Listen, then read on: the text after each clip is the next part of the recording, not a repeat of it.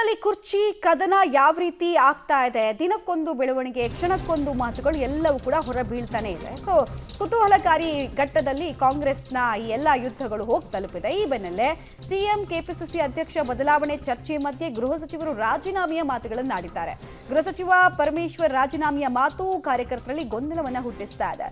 ತುಮಕೂರಿನ ಕೊರಟಗೆರೆಯ ರಾಜೀವ್ ಭವನದಲ್ಲಿ ನಡೆದಂತಹ ಸಭೆಯಲ್ಲಿ ಹೇಳಿಕೆಯನ್ನು ಕೊಟ್ಟಿದ್ದಾರೆ.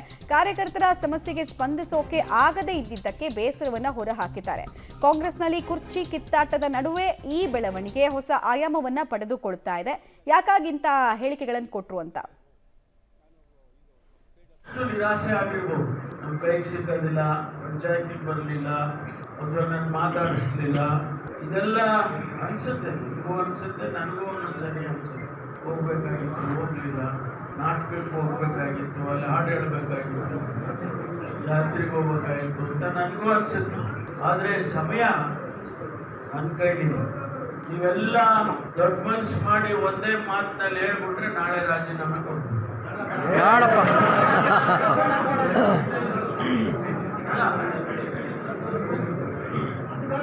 ಅವಾಗ ನಾನು ನಿಮ್ಮ ಜೊತೆಲಿ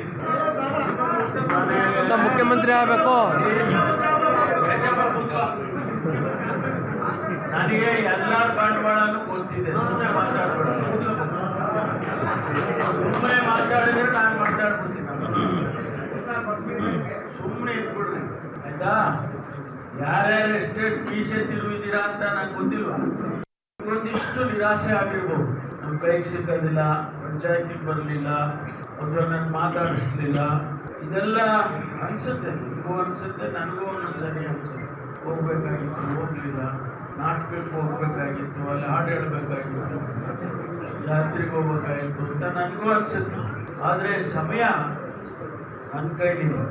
ನೀವೆಲ್ಲ ದೊಡ್ಡ ಮನ್ಸು ಮಾಡಿ ಒಂದೇ ಮಾತಿನಲ್ಲಿ ಹೇಳ್ಬಿಟ್ರೆ ನಾಳೆ ರಾಜೀನಾಮೆ ಕೊಡ್ತೀನಿ.